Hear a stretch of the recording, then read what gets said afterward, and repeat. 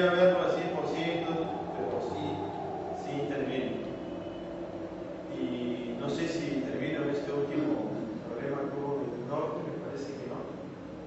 Pero cuando estuvo ahí la Fiscalía y la Municipalidad también fue a ver, porque ellos son las competentes también. Ellos son los competentes, ellos son quienes tienen que intervenir. ¿Cierto? Cuando ustedes tienen inspecciones, ¿quiénes vienen? Los técnicos sanitarios de la municipalidad, ¿cierto? Y ellos son quienes hacen la vigilancia, quienes hacen las inspecciones, ¿cierto? Etcétera.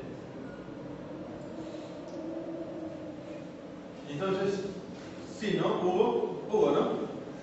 La competencia de la SENASA, ¿no?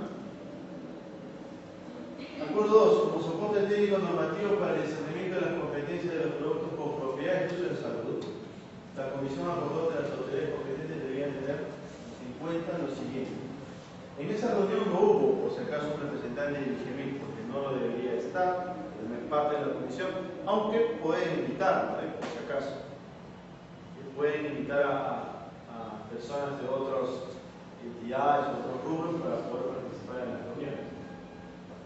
Dice, los productos herbarios con propiedades de uso en salud están bajo competencia del IGEMIC. Según lo dispuesto por la reglamentación donde se contempla la referencia a productos naturales de uso en salud. Es el decreto supremo número 1097 y sus modificatorias mantener vigentes en lo particular por la primera disposición reglamentaria tributaria del decreto 001/2012. En el año 2012 salió ese decreto supremo que regresó los productos herbales con propiedades de uso en salud al decreto supremo anteriormente que tenía, que era el 010/95. Y dice, como referencia para definir si un producto herbal está bajo la competencia del IGEMIC, aunque no lo consigne el uso en salud, es el listado de referencias bibliográficas que sustenta la seguridad de uso tradicional de recursos naturales o sus asociaciones. ¿Ustedes conocen un producto? Recuerdo haberlo trabajado cuando todavía hacían prácticas en el INDA. La marca era Chula. Y recuerdo que yo en la serie de prácticas veía todo el proceso de chipeado, ese es el término, chipeado, extracción, concentración y atomización de uña de gato. La uña de gato o Buccaria tomentosa, nombre científico, ¿cierto? Es un recurso natural de uso en salud. Son cortezas, entonces ustedes han visto la materia prima, son cortezas de árboles, son cortezas. El chipeado justamente hace que esas cortezas estén en pequeños filamentos, pasan como si fuera por un molino. Entonces, está demostrado de que la uña de gato tiene propiedades de uso en salud, ¿cierto? Tiene ciertos alcaloides, etc. Pero todo medicamento, obviamente, para que tenga efecto de uso en salud, tiene que estar concentrado, ¿cierto? Y ahí está el otro término. En realidad, acá nos venden cosas que en realidad no tienen uso en salud porque no está concentrado. Hay que concentrarlo, hay que extraer el principio activo y concentrarlo, y hay que presentarlo de una manera farmacéutica. Eso es un producto de uso en salud. ¿Sí? Entonces, si yo voy a pretender tener una bebida de tal y tal, mezclo una cosa con otra, lo hago hervir y después lo envaso y digo, ¿sabes qué? Eso te va a servir para tal o tal cosa, te está engañando.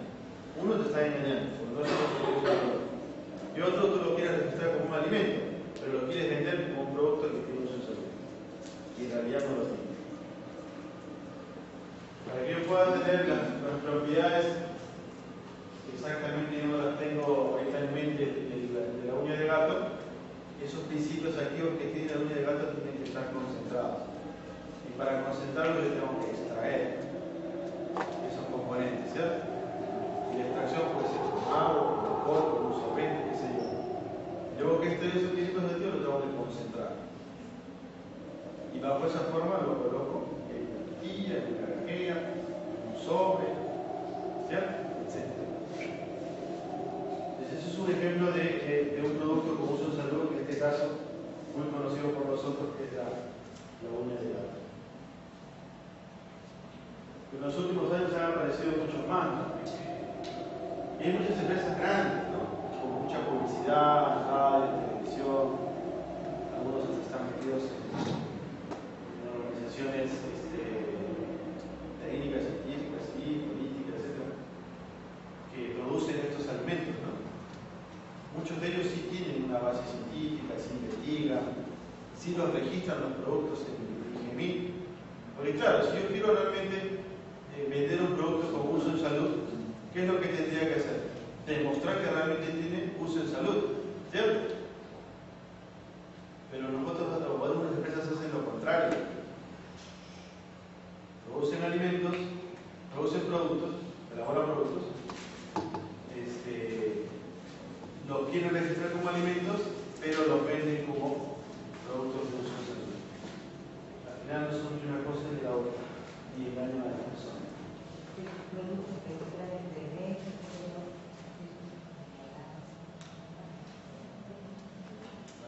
No, nosotros sabemos solo de las plantas ávidas, por el Yo no sé exactamente qué productos sean. Si los productos son alimentos y se registran como alimentos. Si los productos tienen uso en salud, si son empresas grandes, los registrarán como productos de uso en salud y así lo venderán. Lo que está mal es uno registrar un producto como un alimento cuando en realidad tú lo vas a vender como otra cosa, y otro que tú lo vendas realmente diciendo que te va a curar tal o cual enfermedad cuando en realidad no lo va a hacer. Entonces yo no sé si lo sean o no, no voy a dar opinión sobre ello, porque hay empresas obviamente y hay empresas. Eso es lo que hablamos ahí, ¿no? El cartílago de tiburón, si yo lo veo desde el punto de vista de su composición, es un producto hidrobiológico y debería ser competencia del ITP. Pero las empresas no venden un cartílago de tiburón para qué, no sé, para que elaboren estos productos, sino le dan propiedades en salud. Ella tiene que hacer las coordinaciones con IGB.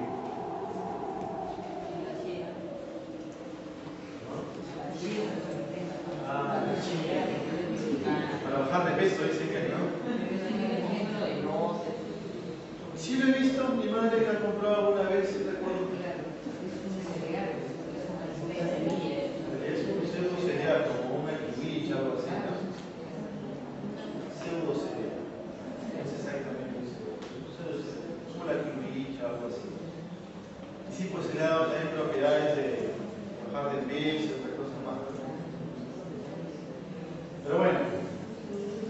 A ver, para el caso de productos hidrobiológicos, como la espirulina, cartílago de tiburón u otros, que por su utilización y implementación para el consumo general son de uso de salud, el ITP deberá ser en consulta formal de la higiene. Sé que ya lo he hecho, sé que ya hay una primera respuesta, pero todavía no se ha quedado en algo respecto a estos productos.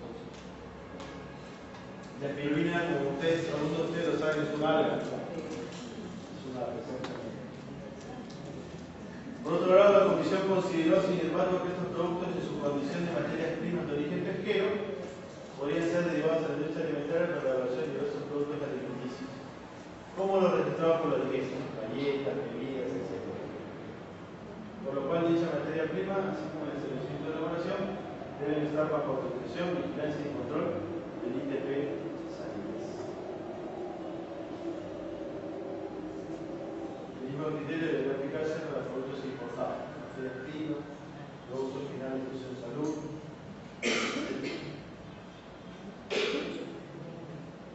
En el acuerdo 3 se coloca el porcentaje que les mencioné en relación a la competencia de la riqueza para otorgar o no el registro sanitario de productos alimenticios industrializados convenientes de origen pesquero en proporción menor al 30%. Mayor al 30% es competencia del ITP Sanitas. Menor al 30% competencia de la riqueza. Bien. Ahora, ¿por qué se consideró este tema? ¿Sí? Se consideró este tema dentro del diplomado. Yo considero que es conveniente que ustedes que tienen que ver con alimentos elaborados sepan cuáles son las autoridades sanitarios que tienen que ver con la vigilancia, con el control sanitario de las materias primas que ustedes compran y las utilizan en la elaboración de sus productos finales, ¿cierto? Porque ustedes compran productos de producción primaria, ¿cierto? Por ejemplo, tubérculos, frutas, hortalizas, cereales, etc., ¿cierto? También adquieren alimentos de producción primaria, ¿cierto?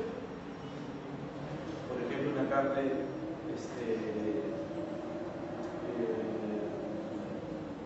marinada, ¿cierto? Consumen y compran obviamente también alimentos elaborados industrialmente, embutidos, lácteos, productos de panificación, premezclas de repente por la elaboración de pasteles, galletas, panes, etc., ¿cierto? Entonces es importante que ustedes sepan, esas materias primas, esos productos que yo los elaboro, esta es competencia de tal entidad, esta es competencia de tal entidad. O de repente les va a llegar a ustedes, digamos, latas de caballa como materias primas de los productos que ustedes elaboran, y como parte del control que ustedes van a realizar, el control de calidad de repente de sus productos, van a decir, quiero ver si está registrado, quiero ver si tiene registro sanitario, y se les va a ocurrir de repente buscar en la página web de Riqueza, y no lo van a encontrar, ¿cierto? Porque no es un alimento elaborado industrialmente competencia de Riqueza, sino es competencia de Defensa de Empresa. Tendrán que verlo con ellos, ¿cierto? Ok, sí. Con respecto a las carnes, también es competencia de SENASA, pero cuando se habla de carne importada, ¿cuál es el control o cómo Carne importada iguales, el nacional o importada. O sea, es competencia de SENASA, pero no sé entonces cómo es el procedimiento para otorgar el permiso Ya. o darle este certificado de calidad. A ver, te mentiría si te dijera que yo conozco cuál es el procedimiento exacto, el punto por punto, como si lo sé en mi Riqueza, de un alimento de producción o procesamiento primario como es la carne. Pero sé de que las autorizaciones se dan no por productos, sino por línea de productos. Claro, pero si yo soy productor de pulpas de frutas congeladas, yo no voy a sacar un registro por la pulpa de fresa, la pulpa de maracuyá, la pulpa de uva, sino saco por toda la línea. Y es lo que a la larga se va a hacer en nuestro país también con los alimentos elaborados industrialmente, como lo se hace en otros países. En Argentina, por ejemplo, no hay registros sanitarios por alimento, sino son por líneas. Para productos de panificación, para productos de galletería, productos de pastelería, para todos, pero por líneas. Y el control se hace más in situ, no es más voluntario. A la larga, en nuestro país se hace algo similar, que ya los registros no sean por alimentos, por productos, sino por líneas. Y se incluya más en el control in situ de la planta que el recibir los documentos por la BUCE y los evalúes y te den una autorización. Se va a llegar a eso. Pero los TUFAS, ¿sí? Los textos únicos, los procedimientos administrativos de SENASA están colgados en su página web. Y ahí están todos los requisitos que tú tienes que tener. Pero no hay diferencia entre un producto nacional y importado. Es igual. Es el mismo procedimiento. Pero si no hay registro nacional, por ejemplo, se trae un montón de se trae corazón, Si es un mondongo, es posible que sí, porque el producto está escaldado. Escaldado, sí. Claro, tú, por ejemplo, como parte de tu función dentro de la empresa de restauración, ¿cierto? Tienes que saber cuál es la naturaleza de tu producto para saber qué le vas a pedir a tu proveedor para que te envíe como parte de tus controles de materias primas. No le vas a solicitar a tu proveedor de papas un registro sanitario, ¿cierto? Sí, no te lo va a dar, no lo va a tener. ¿Por qué? Porque no es competencia de Riqueza, es competencia de SENASA. ¿Sí? Consulta, digamos que yo tengo un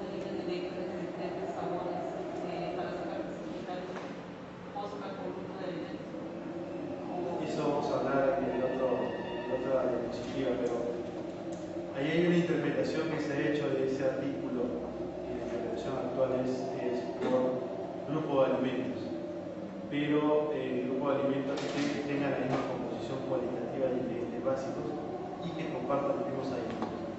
Se cumple esa condición, entonces tú registras todos tus néctares o lo que fuera con un solo mapa. Pero si no cumple esa condición, entonces tienes que realizar un pago, ¿no?, por cada producto. Solo una consulta. Siempre hablamos de registro sanitario y vemos que hay un grupo que hace lo posible por tener registro sanitario.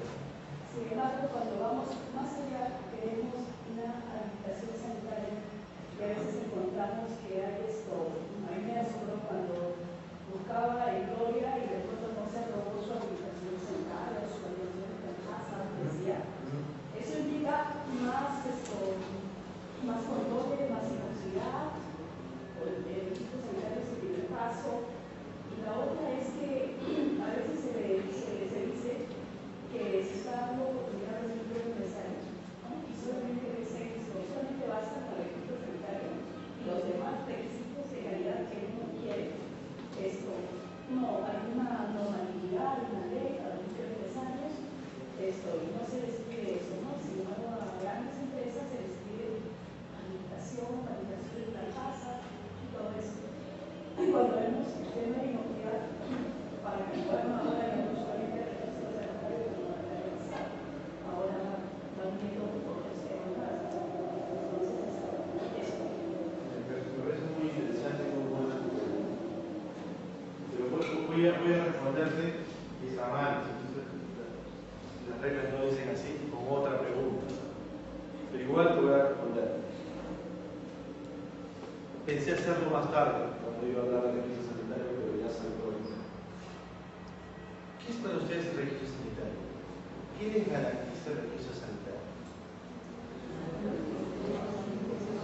¿Cuál?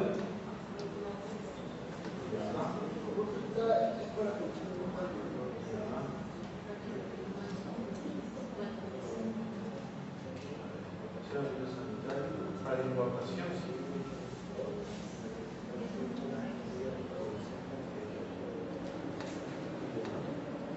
¿Qué más?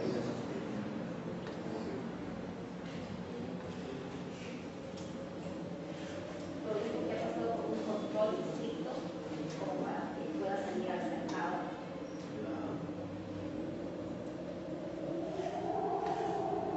¿Alguien más tiene un concepto igual o diferente a que es un registro sanitario?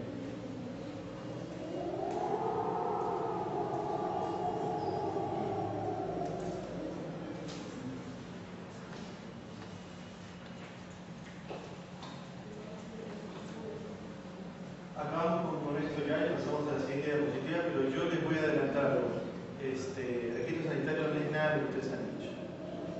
Y un registro sanitario no garantiza inocuidad, se está grabando. No. Y les dice a alguien que trabajó en limpieza y que veía registros sanitarios día y noche y aprobaba o entregaba las autorizaciones. Porque eso es un registro sanitario, es una autorización para la comercialización de alimentos. Un registro sanitario no te va a garantizar inocuidad en la vida. No es su función. O sea, no es que esté mal, es que no se ha creado para eso. Imagínense, tú sacas un registro sanitario hoy y ese registro sanitario dura 5 años, ¿cierto?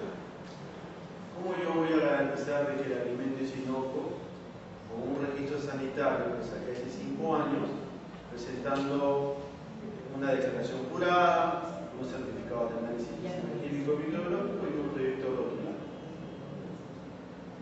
El registro sanitario es una autorización para la comercialización formal, ¿sí?, de alimentos elaborados industrialmente en nuestro país. No es una herramienta que me garantice inocuidad de los alimentos.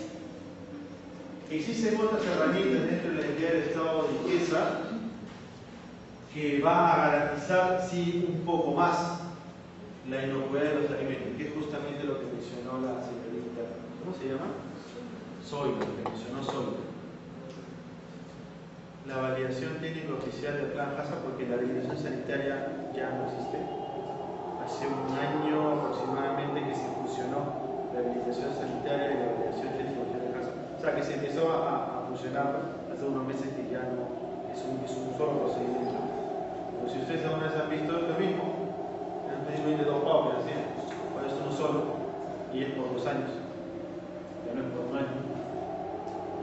Eso sí me podría garantizar, porque por lo menos cada 2 años, o hasta hace poco cada 1 año, un técnico de limpieza iba a la planta y verificaba las condiciones higiénico-sanitarias en las cuales se está fabricando ese producto.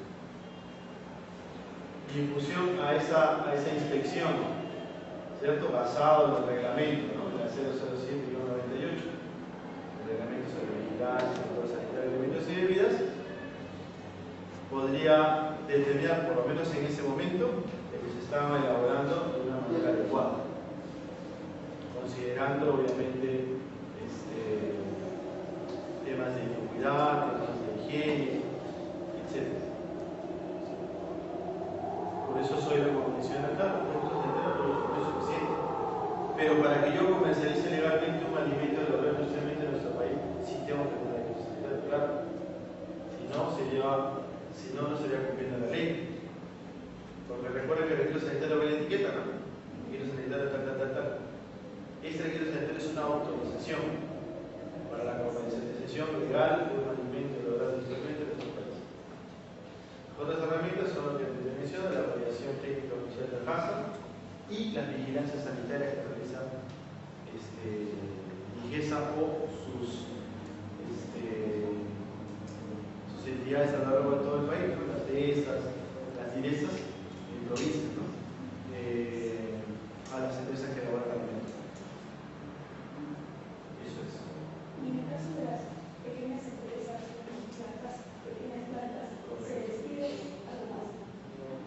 Desde el año 1998, Decreto Supremo 007, en una de las disposiciones complementarias, transitorias y finales, se menciona de que la industria de alimentos tiene que tener implementado el sistema HACCP. Posteriormente se dio la 449, ¿cierto? El cual definió que todas las empresas medianas a grandes tienen que tener implementado el plan HACCP en sus empresas, si no, no pueden comercializar sus productos.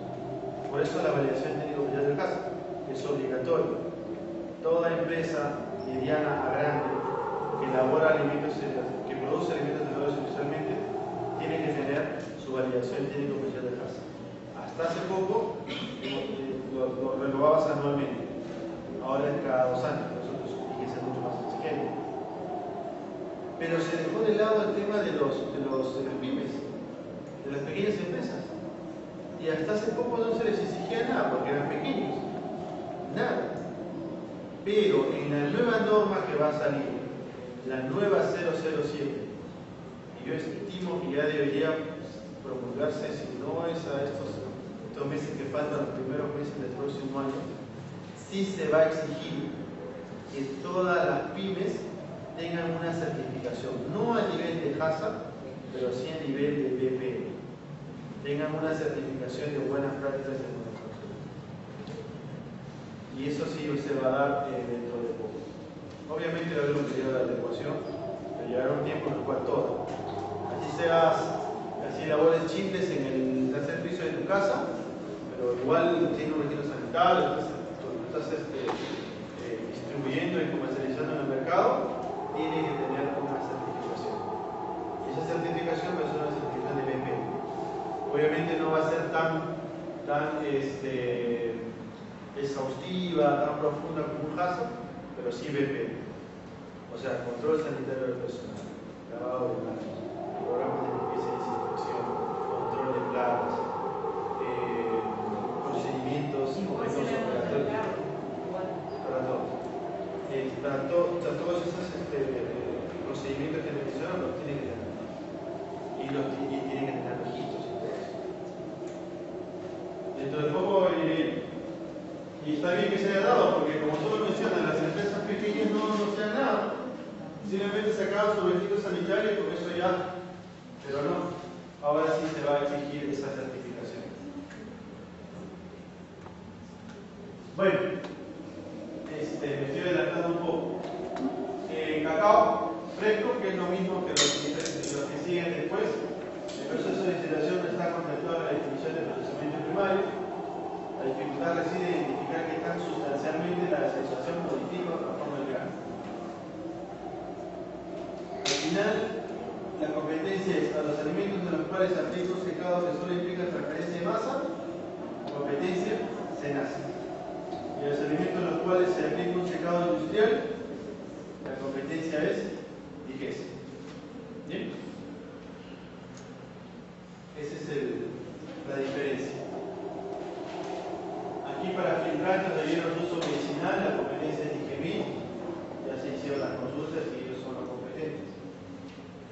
En el caso de fruta congelada, entera, partida o en trozos, aquí se consideró el tema del uso de aditivos o conservantes. ¿No? Dice, SENASA, si el producto está en su estado natural donde el uso de conservantes similares es externo y se aplica superficialmente con fines de proteger y mejorar sus características organolépticas, la competencia es SENASA.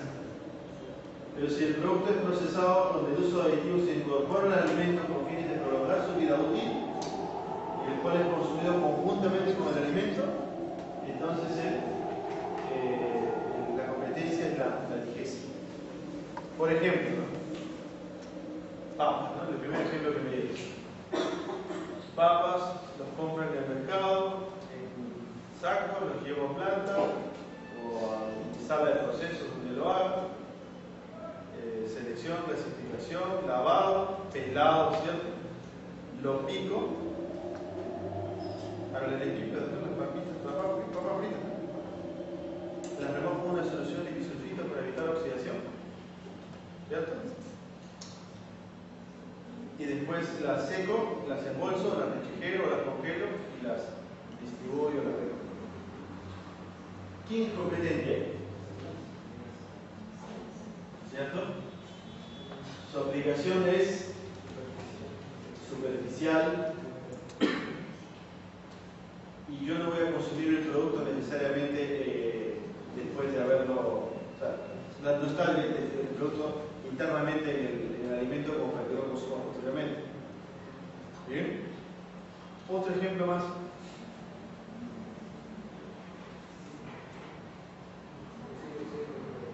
Los higos secos. Claro, si se deshidratan, por ejemplo, al medio ambiente, ¿cierto? Están deshidratados, sí, su contenido de humedad es menor, pero no hay un secado industrial ahí, ¿cierto? La competencia es de. Si yo, por ejemplo, tengo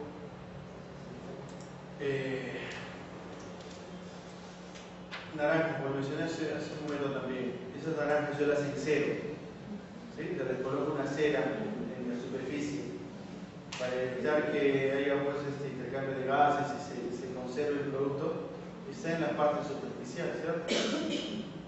No forma parte del producto en sí.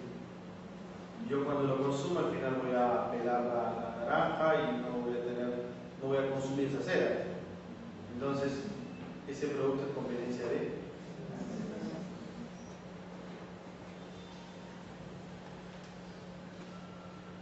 Carnes crudas, carcasas, cortes, con preservantes o desinfectantes, secas, saladas, compra modificada, etc. Todos estos son competencias de SENASA. Por ejemplo, el criterio de competencia debería ser para el caso de carnes que el uso de sustancias protectoras, desinfectantes y cosméticas, no es pollo. Uso externo que no tiene por objetivo modificar el producto en su estado natural, sino solo de protección, estaría bajo competencia de SENASA. Para el caso de carnes secas saladas, donde el proceso de secado solo con transferencia de masa o el secado tradicional, ¿no? En la sierra en realidad lo secan, o sea, lo salan y lo secan al sol, ¿no? Pero justamente esos cambios, en la mañana está calor, ¿cierto? Se seca, se evapora el agua y en la noche está frío, ¿no? Esas combinaciones hacen que el producto se conserve. A ver, aquí en Lima échale sal a la carne y tíralo un cordel. Porque eso es lo que se hace, ¿no? En la sierra, siempre he visto cómo se hace. Se le va a lograrse por las condiciones sanitarias, no es igual. Y lo que yo veía antes, en mi experiencia en carnes, yo trabajé en una empresa que procesábamos carnes desde animal en pie hasta carne colgada en gancho, carne empacada al vacío, empacada en atmósfera modificada, congelada, etc. Y yo sé de paso, la primera planta que empezó a producir de forma industrial, o sea, grandes cantidades, carne empacada en atmósfera modificada, fue la empresa donde elaboraba, de jefe de calidad y en general mejor. Entonces, si ustedes van a Vivanda, si vas a Vivanda vas a encontrar unas bandejitas con carne, pero no porque todos a cualquier supermercado y encuentras carne en unas bandejitas. Pero esa carne lo han empacado en el mostrador atrás. Simplemente le han puesto un stretch film y lo han puesto en góndola, no. Sino es una carne que ya viene de la planta procesadora con una película encima de la caja, de la cajita de plástico. Tú vas a ver que la carne ahí no va a estar de un color oscura, como si lo está la carne empacada al vacío, sino tiene un color rojo brillante, vivo. Esa es la carne empacada en atmósfera modificada, que tiene el mínimo contenido de oxígeno simplemente para que se dé la reacción de la mioglobina con el oxígeno, la oxihemoglobina, y tengas la carne rojita, ¿no? Como siempre la vemos. Esa es la carne empacada en atmósfera modificada. Cortes nobles solamente.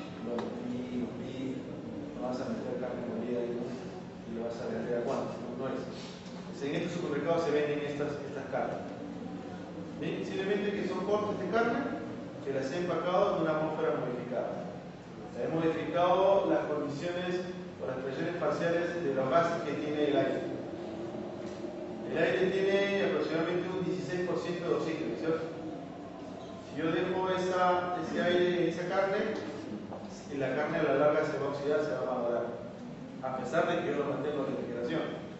Pero si yo retiro ese oxígeno, lo dejo a un 1%, solo para que se dé esa reacción de color, entonces yo voy a tener una carne que se va a conservar por igual en refrigeración, obviamente.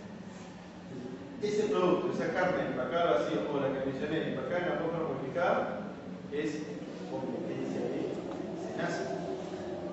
No estoy cambiando nada, ¿cierto? Esos gases están en la parte externa del producto. Yo no lo estoy inyectando. ¿Sí? Es la carne empacada en atmósfera modificada. ¿Qué diferencia tiene de la carne empacada al vacío? Básicamente es una cuestión organoléptica o estética. Es en el color. Si ustedes compran carne empacada al vacío para sus plantas, para sus trabajos, ¿han comprado carne empacada al vacío alguna vez? ¿No han visto? Empacada al vacío, ¿no? Empacada al vacío. ¿Qué particularidad tiene una carne empacada al vacío? ¿Cómo? El color, ¿cierto? Su color es oscuro. ¿Por qué? Nada. ¿Qué es lo que pasa? Tú extraes el aire y con ello extraes todo el oxígeno que puedas. Entonces, al no haber oxígeno, la mioglobina de la carne no reacciona con el oxígeno para formar oxihemoglobina, que es la reacción que te da la carne rojita, no me gusta. Y la carne se pone oscura, marrón. La carne es marrón. Exactamente. Tú abres el paquete, oxigenas la carne y vas a ver que la carne llega a tener su color rojo brillante. Entonces, mucha gente ve esas carnes empacadas al vacío y les parece que la carne está malograda, porque la carne está marrón. Para dar una mejor apariencia, es que yo empaco la carne ya no al vacío, sino en la atmósfera modificada. Igual lo conservo en la refrigeración. Esos productos son competencia de SENASA. Hasta antes del 2008, salió la ley de los alimentos, era competencia de IGESA. Cuando yo trabajaba en esta empresa, yo tenía dos auditorías. Uno de SENASA, desde animal en pie hasta carcasa